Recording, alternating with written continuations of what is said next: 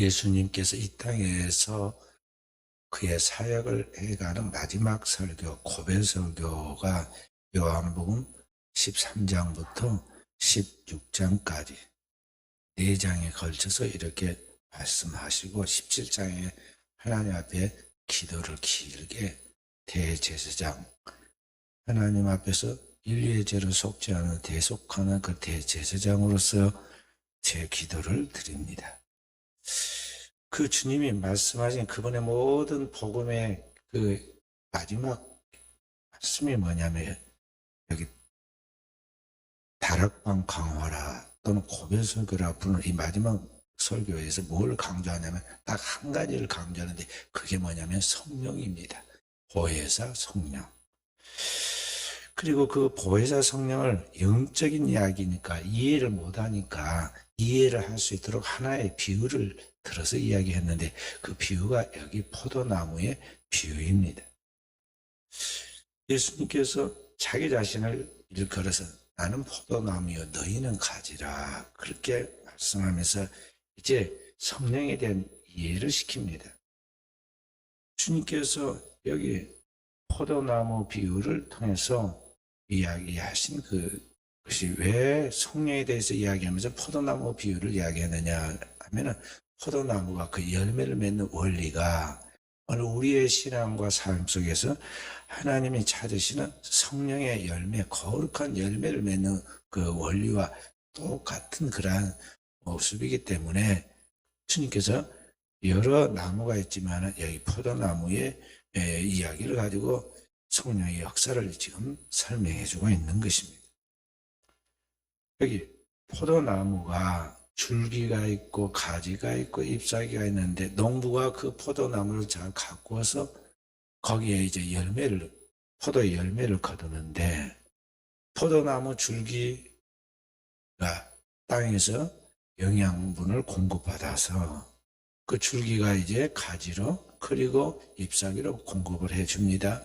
그러면 그걸로 되는 것이 아니라 이제 잎사귀는 하늘에서부터 태양의 빛을 받아서 광합성 작용을 통해서 거기에서 이제 모든 것들로 완성시켜 나가는데 그 가지와 이제 잎사귀 사이에서 거기에 뭐가 나오느냐면 포도 이제 열매가 맺히기 시작합니다.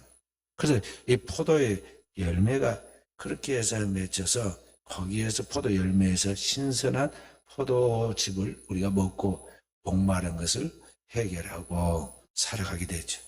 그와 같이 성령의 역사가 그러하다는 것입니다. 하나님의 생명인 성령이 우리 가운데 역사하실 때 어떻게 하느냐? 영원하신 하나님께서 농부와 같이 우리를 가꾸시는데 이 땅에 줄기와 같은 성육신하여 인간의 몸을 그 이 땅에 오신 그리스도 예수를 통해서 그를 믿는 우리가 그를 믿기 때문에 그에게 속한 그의 가지가 되어 가지와 같이 우리가 그리스도에게 연합되어 있는데 그런 가운데 우리의 삶 속에 하나님께서 하나님의 생명의 빛을 비춰주시고 그리고 그런 광합성 작용 즉 하나님의 성령의 역사 우리 가운데 나타나서 우리의 줄기 또 우리의 가지를 통해서 나타나는 하나의 영적인 열매가 뭐냐? 그게 이제 성령의 열매다. 그런데 포도나무에서 가장 가치 있고 포도나무를 재배하는 목적은 다 포도 열매를 따기 위함인데 그 하나인데 이와 같이 오늘 우리가 주님과의 관계 속에서 하나님 앞에서 신앙생활을 통해서 성공하는 그 삶의 결론이 뭐냐면은 성령의 열매를 우리의 삶 속에 맺는 것이다. 우리가 이와 같이 열매를 많이 맺는 게 아버지의 소원이고 그것을 통해 아버지가 영광을 받으신다. 그러니 오늘 우리가 신앙생활에 나가면서 어떻게 우리가 하나님 앞에 이와 같은 하나님의 기쁨이 되고 하나님의 자랑이 될 수 있는가? 어떻게 하면 우리가 하나님과 잘 연결되어서 생명과 진리가 흐르게 되는가? 그래서 하나님이 기뻐하는 열매 맺을 수 있는가? 우리를 돌아보라. 그죠? 주님께서 이 이야기를 우리에게 해주고 있는 것입니다. 그래서 우리가 신앙생활에 나아가면서 우리는 항상 자신에 대하여 너무 안심하면 안 돼. 그러니까 자기 자신에 대해서 과소평가해서도 안 되지만 과대평가를 해서도 안 돼요. 자기 자신을 볼 수 있는 그런 눈이 있어야 한다는 것이죠. 성경은 우리에게 여기 예수님이 오늘 나는 참 포도나무에 너희는 가지니 그래서 참 포도나무다는 말은 가짜도 있다. 그래 가짜 돌 포도나무도 있다는 거죠. 가짜 포도나무도 있어요. 흉내만 내고 있는. 그러니까 진짜 그리스도이지만 적그리스도도 있고 거짓 선지자들도 있다는 것이죠. 양을 치는 목자도 있지만 양을 도둑질하는 강도도 있어요.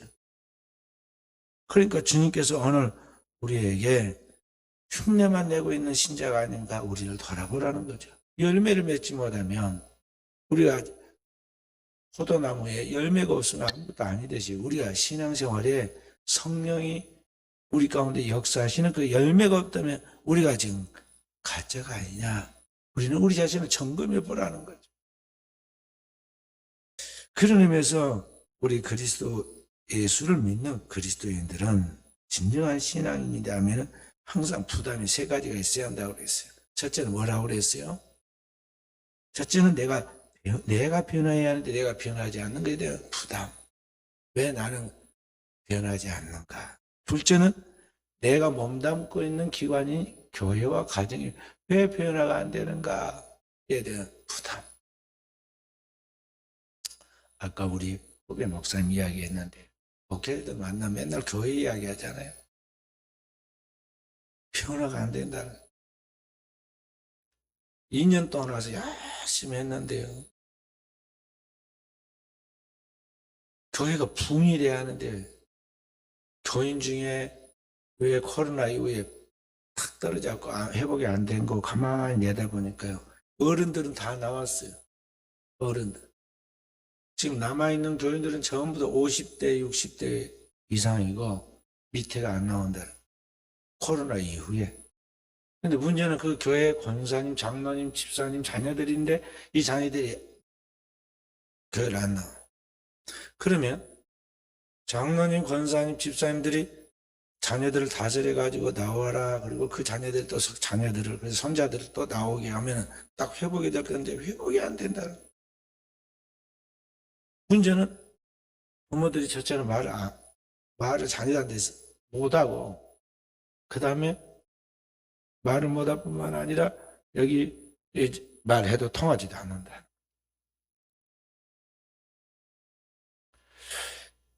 그래서 예를 하나 들어서 저한테 이야기하는 거예요. 며칠 전에 교회에 초상이 하나 났는데 교회 장로님 가정에 자녀의 사돈되는 누가 근데 다 교인 가족이죠. 이리저리.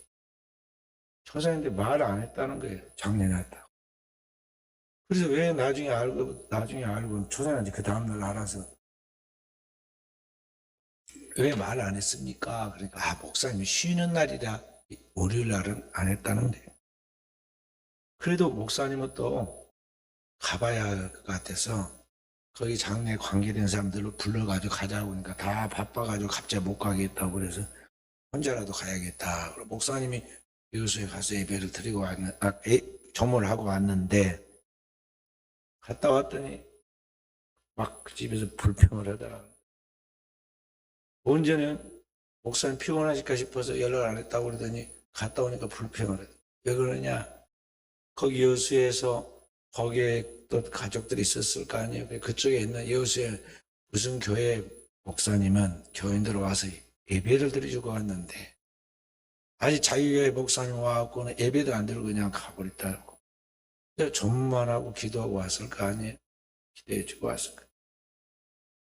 그러니 어찌 되겠느냐 하는 이야기죠. 그러니까 사실은 뭐냐면은 그 장로님 가정인데 장로님 집에 이제 초상이 났어요. 그러면 예배를 드려야 한다. 목사님 모시고 예배를 드리라 연락해서 그렇게 말을 해야 하는데 말을 하면 사이가 싫어할 것 같아서 말을 안 한 거예요.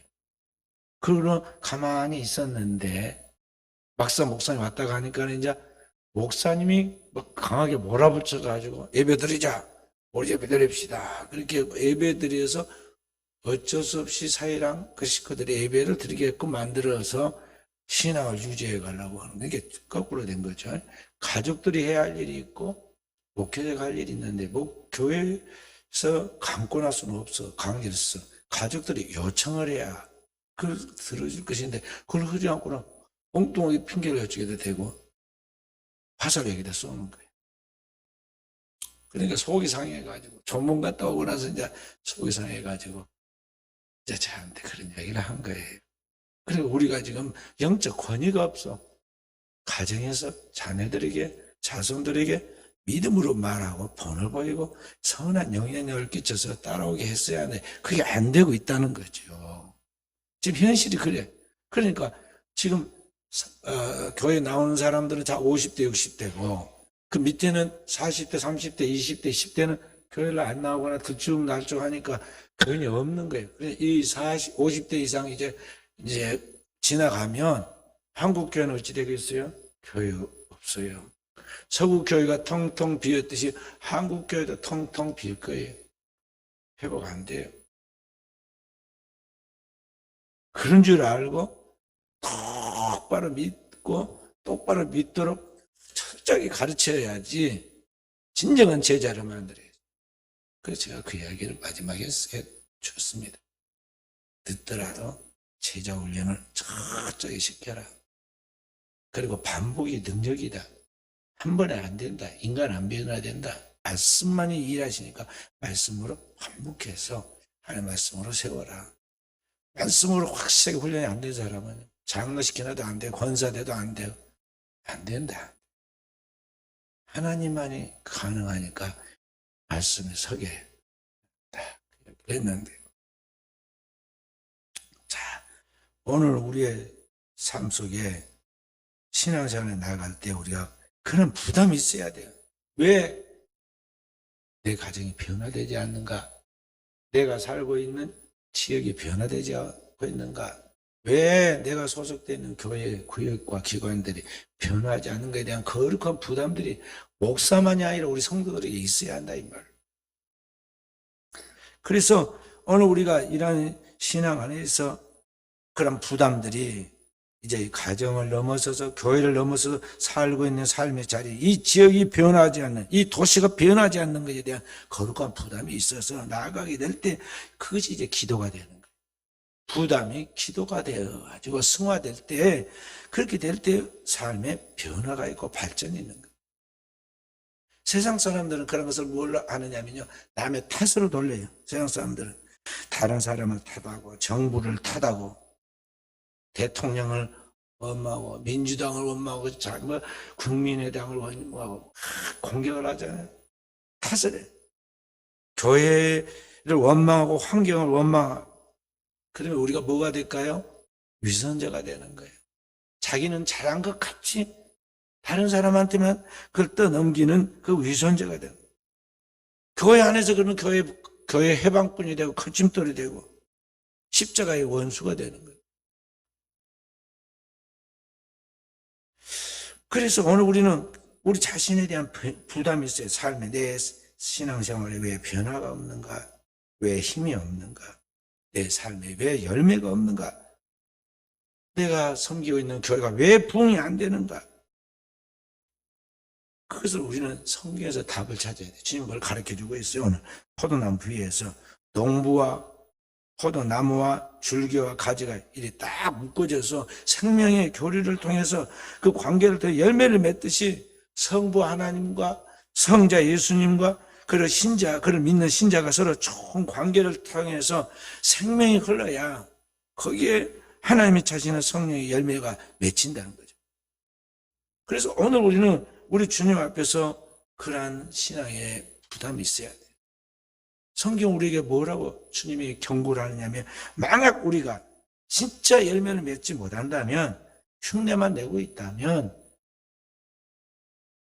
돌 감람나무처럼 그렇게 흉내만 내고 있다면 제거해 버린다 그래요.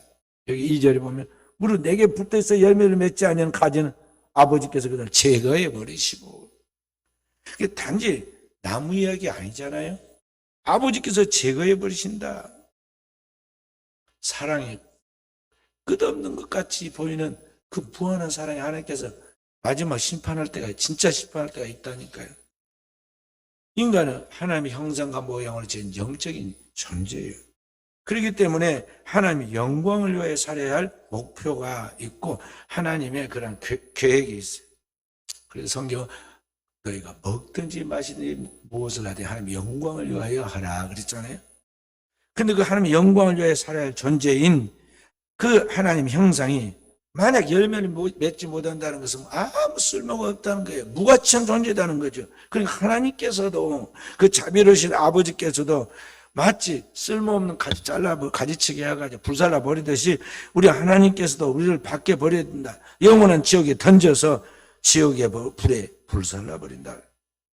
6절의 말씀에 여기 뭐라고 그랬어요?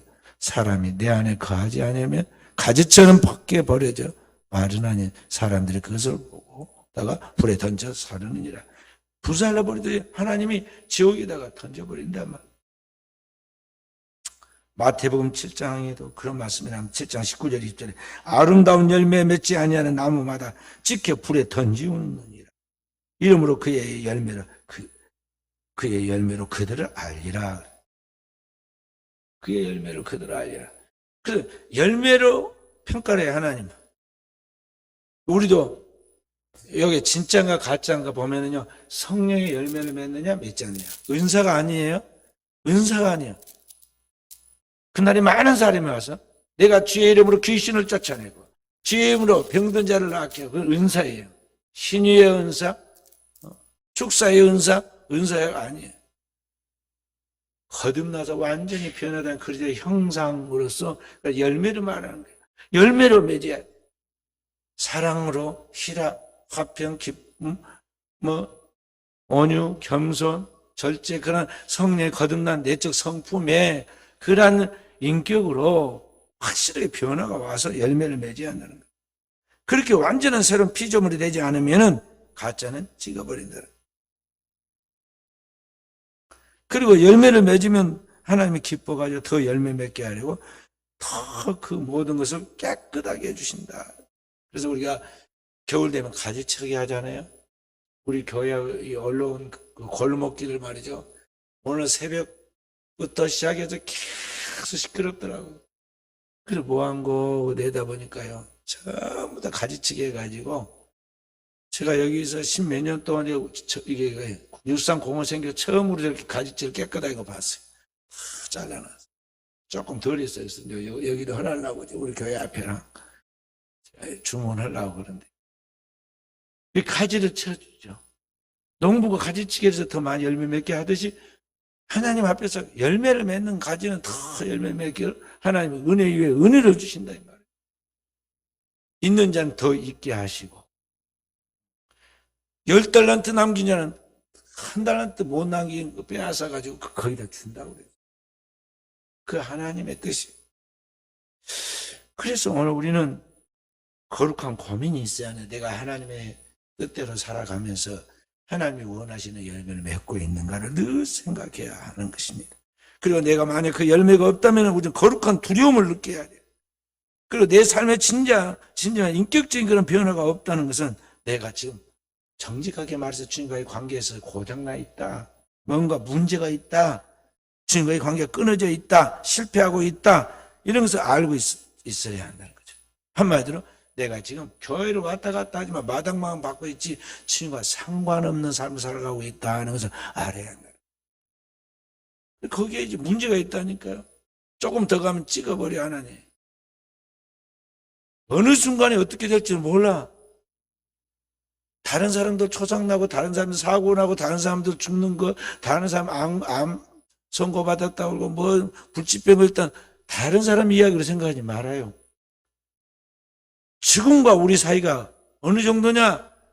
발만 한 칸 하나 탁 내디디면 이쪽 방에 저쪽 방에 넘어가듯이 문지방 하나 사이야.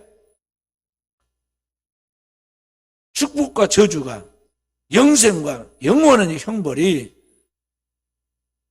찰나다니까요. 한순간이에요. 내 코에서 숨이 딱 끊어지는 순간 죽음이고 죽음 이후에는 영생이냐 영벌이냐 딱 결정하는데 사람은 몰라요. 내가 어디 갈지 몰라.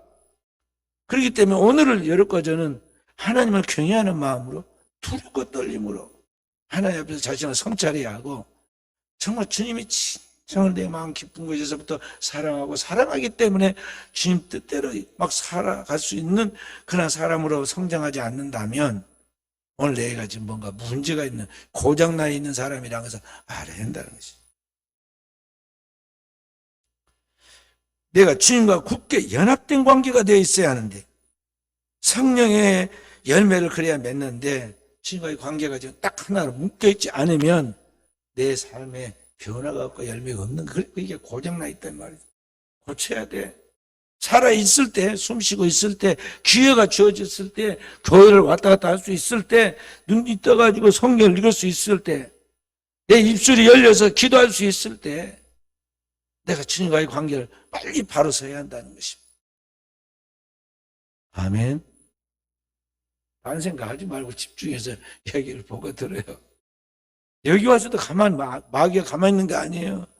딴 생각하게 하고 졸음이 오게 해요. 그렇게 주님과 상관없이 고장나 있는 나의 모습이 되어 있으면 나는 지금 분명한 것은 뭐냐면 하나님과 관계 하나 되어 있어서 성령으로 살아가는 사람이 아니기 때문에 이 사람은 어떤 사람이에요? 육체에 소속되어 있는 사람이라 반드시 육체의 열매를 맺게 되고 있어. 그럼 육체의 열매는 어떤 것이냐? 분명하게 나타나는데 첫째는 음행과 그리고 이 사회 전체가 다 거의 타락한 음행의 풍조가 그냥 하나의 상품화되고 있어. 모든 그래. 그게 부끄러운지도 모르고 그게 추악한지도 모르고 그렇게 해서 타락한 것도 모르고 말이죠. 온통 전지가 죄질 환경으로 만들어 놓고 있으면서 그렇게 분위기를 만들어 놓아. 언제 죄 짓겠고. 그래 놓고 나서 나중에 죄를 지어서 사건 사고가 생겨 걸리면 그때는 그렇게 만들어 놓은 사람 더 잡아먹으려고. 더 잡아다가 그냥 집어넣고 조롱하고 막 하고 별짓을 다 합니다. 똑같은 죄인인데. 똑같이 회칠한 무덤 같은 죄인인데 유대인들이 현장에서 가늠다 잡힌 여인 하나를 딱 망을 보고 있다가 잡아가지고는 자기들은 깨끗한 같이 이 여인을 돌로 치려니까 막 하면서 예수님을 시험한 이야기 성경에 나오잖아요. 그 예수님이 똑같은 사람이면서 왜 그러느냐? 그렇게 말씀을 하시지 않고 우리 같은 그렇게 말했을 거 아니에요. 근데 뭐라고 그래요? 주님은 차원이 높으신 분이라. 그들의 비유를 안 거스르면서도 양심의 가치 느껴지게 돌로 쳐라. 그러나 너희 중에 죄 없는 자가 먼저 돌로 칠지니라. 그러니까 저희가 다 양심의 찔림을 받아가 나이 많은 사람부터 적은 사람까지 항상 남김없이 떠나갔어. 현대인들은 그렇게 봐주는 것도 없어요. 양심이 화인 맞아가지고 돌로 쳐버릴 거예요. 돌로 쳐버려. 똑같은 죄인인데도 더 큰 죄인일 수도 있는데 돌로 친다. 오늘 이 시대가 그런 이 육체의 열매가 가득하죠. 음행과 또 비슷한 이야기들, 더러운 것과 호색과 거기에서 거기에요 다. 그러니까 이러저러한 이성적인 또는 그 비슷한 그런 욕망과 욕심들.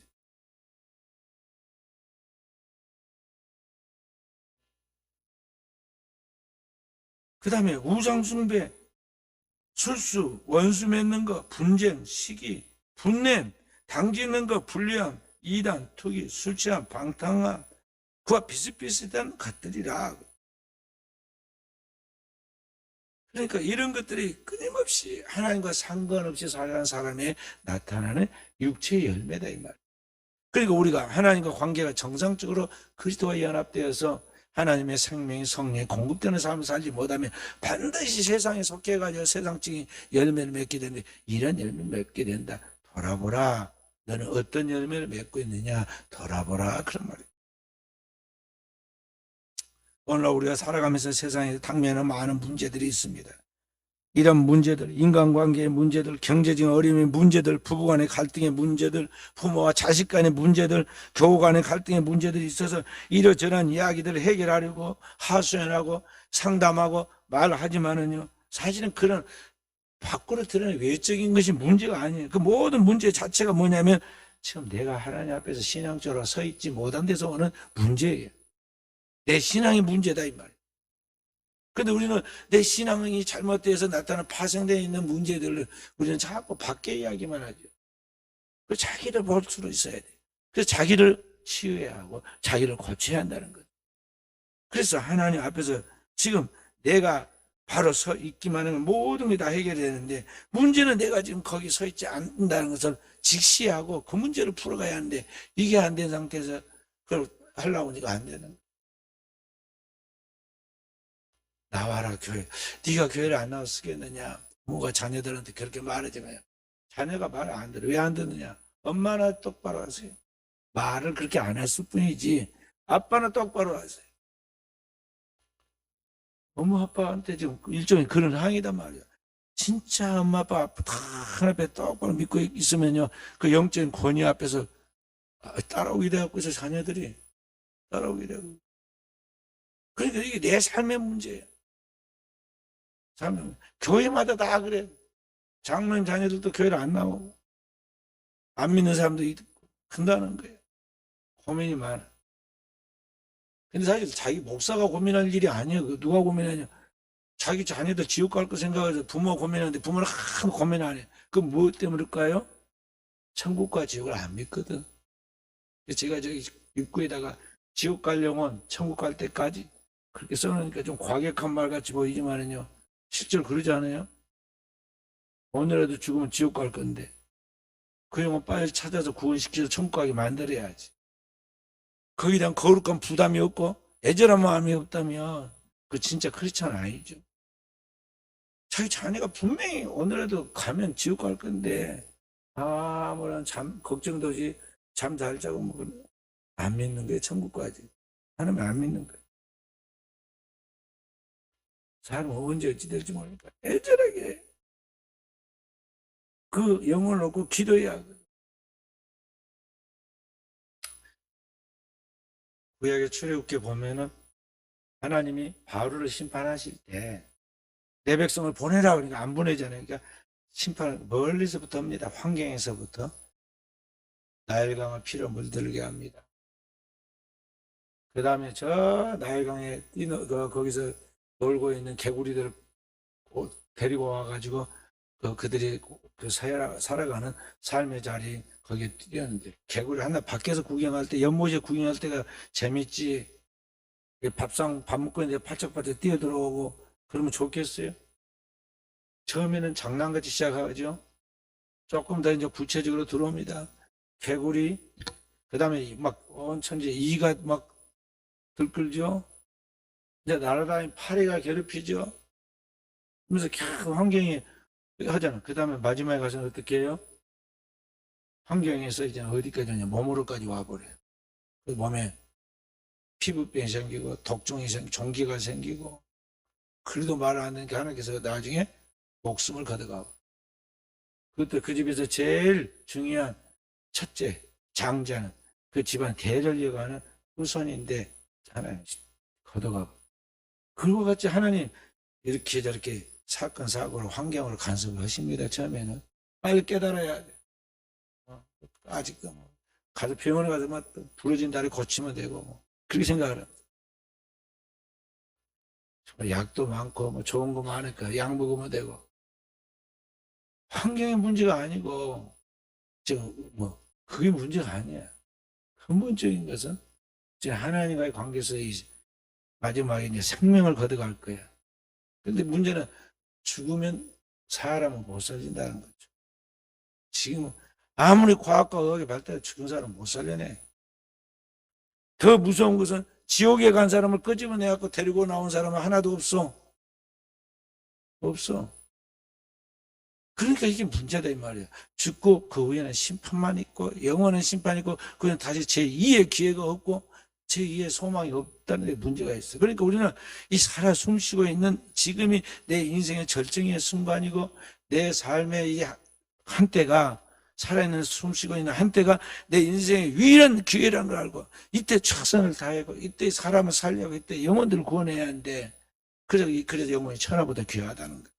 근데 문제는 여기에 우선의 순위를 두고 절대적인 가치를 두고 그렇게 하는데 거기에 대한 간절한 마음이 없다 이 말이에요. 그 생명을 살리고 영혼을 구원하는 일이 우리의 삶은 우선순위가 돼야 주님의 말씀 이것이 먼저 하나님 나라 의를 구하는 건데 여기에 우선순위를 두지 않고 우리는 어떻게 하면 출세를 할까, 어떻게 하면 돈을 많이 벌까, 어떻게 하면 성공할까 여기에다 우선순위를 두니까 이게 하나님과 이게 사이클이 뒤바뀐 거예요. 하나님의 창조의 원리가 영혼이 잘 되면 범사가 잘 되면 강건하리라. 먼저 하나님 나라와 의를 구하면 이 모든 걸 너에게 더하여 주시라. 이게 하나님의 하늘의 원리인데 우리는 뭐냐면 이 땅에서 출세하고 이 땅에서 성공하고 이 땅에서 돈 많이 벌어가지고 여유가 생기면 그 다음에 주의 일도 하고 교회 봉사도 하고 뭣도 하고 뭣도 해드리겠습니다. 쉽게 말해서 효도해드리겠다 이 말. 그러니까 하나님과 이게 사이클이 안 맞는 거예요. 가치관. 하나님의 그 법칙을 따라줘야 하는데 성경적인 법칙인 하나님의 가치관을 따르지 않고 세상적인 가치관을 갖고 자꾸 이야기를 해요. 그러니까 속이 답답해. 대화가 안 돼. 커뮤니케이션이 너무 안 돼. 교인하고 이야기하는데요. 교회를 몇 년 동안 같이 다니고 목사와 교인 이야기하면 대화가 돼야 하는데요. 대화가 돼야 하잖아요. 우리 유은이하고 아단이하고 이야기해도 대화가 될 때가 있어요. 신앙적으로도.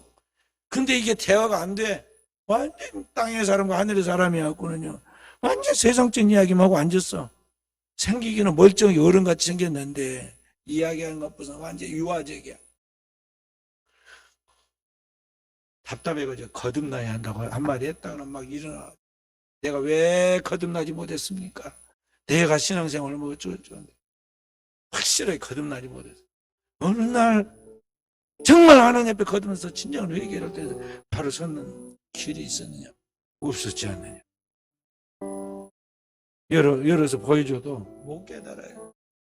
자기는 자꾸 거듭났다고 막 섰다고 그러고 자기는 아주 다 된 것 같이 이야기하지만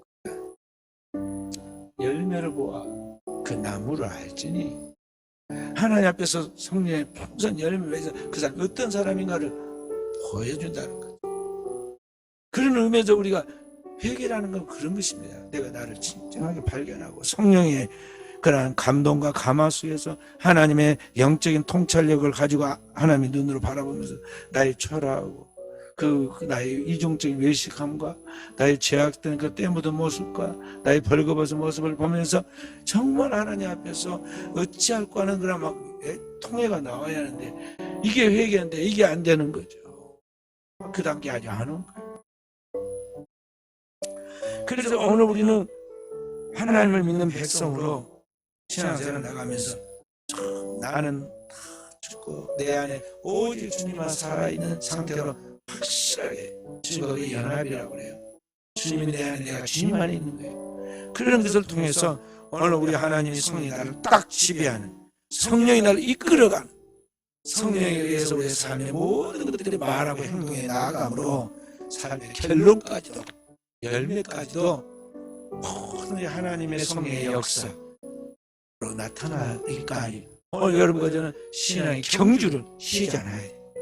교회는 영적인 경주장이에요. 교회를 통해서 우리는 깨지고 교회를 통해서 무장하고 교회를 통해서 성장하고 교회를 통해서 새로워져가는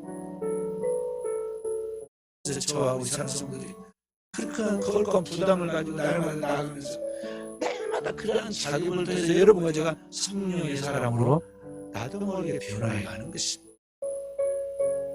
새벽마다 제가 나와서 기도하면서 하나님의 말씀을 다 붙잡고 간절히 기도하면 부르짖고 기도하면 육이 깨지면서 내 안에 영이 흘러나와요. 내 안에 모든 인간적인 세속적인 것들이 다 깨지고 회의하고 나는 없어집니다. 그러면서 하나님의 말씀이 내 안에 분명하게 딱 서요. 말씀이 내 삶을 지배하는 것이 내 생각과 사상과 함께 내 삶을 지배하는 확신과 함께 내 삶의 자세로 딱 서요. 그러면 이제 그 안에서부터 생명이 성령이 강과 같이 생수와 같이 흘러나오리라는 말씀처럼 다 내 안에서 영이 흘러나옵니다. 그 하나님의 성령이 나를 지배하고 흘러나오는 상태가 뭐냐면 영원한 평안이에요. 내일이네. 영원한 하나님 나라의 평안이 하늘에만 있는 것이 아니라 내 심령에서부터 나를 지배해가지고 환경까지 쫙 흘러나간다. 그래서 그 흘러넘치는 하나님의 성령의 내적 에너지가 나의 영혼을 치유하고 나의 그 고장난 정신을 고쳐서 치유하고 내 이제는 어디까지 치유하냐, 내 병든 육신까지도 치유해. 그래서 온몸이 건강해지고, 건강한 사람이 건강한 생각을 가지고 일하니까 모든 게 형통해요. 환경도 변하기 시작하는 거예요. 그래서 영혼이 잘된 같이 범사 잘되고 건강하게 된다는 게 바로 그런 역사. 그렇게 하면서 매일매일 성공해야 돼요. 그렇게 하루를 성공하면 그게 하루가 아니에요. 하루 속에 영혼이 들어있어. 천년이 하루 같은 거예요. 영적인 사람은 하루를 성공하면 그 하루 속에 천년이 들어있어. 영혼을 성공하게 돼요. 그 하루를 실패하게 되면 그 속에 또 영혼이 들어있어. 그 하루에 어떤 일이 벌어질지 몰라요. 그대로 죽으면 지옥에 가서 영혼을 살게 돼요. 그러니까 우리는 매일매일 주님과 함께 죽고 매일매일 주님과 함께 살아서 하나님의 나라를 이루어감으로, 하나님의 성령의 충만함을 입고 성령의 지배를 받아서 살아감으로 오늘 이 땅에 성령의 열매를 많이 남기게 될 때, 그때 어떠한다고 했어요? 내 아버지께서 영광을 받으실 것이요, 하나님이 기뻐하시고 영광을 받으시다는 거죠. 사도행전에 보면 스데반은 집사였지만 사도들보다 먼저 하나님 앞에 합격해가지고 천국에 갑니다. 순교해요. 초대교회 첫 번째 순교자가 여기 보면은 제대로 믿고 순교한 사람이 스데반 집사예요. 그 다음에 야고보예요. 스데반 집사가 순교할 때 보면요, 그 하루 동안에 얼마나 하나님 앞에 영광 돌리는 열정적으로 복음을 전하고 돌 맞아서 순교하는데 하늘이 열리고 하나님의 보좌가 있는데 그 보좌 우편에 계신 예수 그리스도께서 벌떡 일어서가지고 그 스데반 순교하는 스데반 집사를 다 두 손으로 환영을 합니다. 그걸 바라보는 스데반 집사의 얼굴이 천사처럼 빛났어요. 아니, 돌 맞아 죽은 사람이 흉측이 될 건데 그 얼굴이 천사와 같이 빛나더라고요. 그리고 진짜 천사 이상의 완전히 그리스도와 똑같이 변화되어가지고 죽을 때 기도가 예수님과 똑같이 기도하죠. 아버지, 저들의 죄를 사해 주십시오. 저들은 자기 하는 일을 무엇인지 알지 못하고 저들의 죄를 돌리지 말고 저들의 죄를 사해 주라고 예수님처럼 기도하고 마지막에 내 영혼을 아버지 손에 부탁하는데 예수님 또 그렇게 기도했어. 그렇게 해서 다 순교하잖아.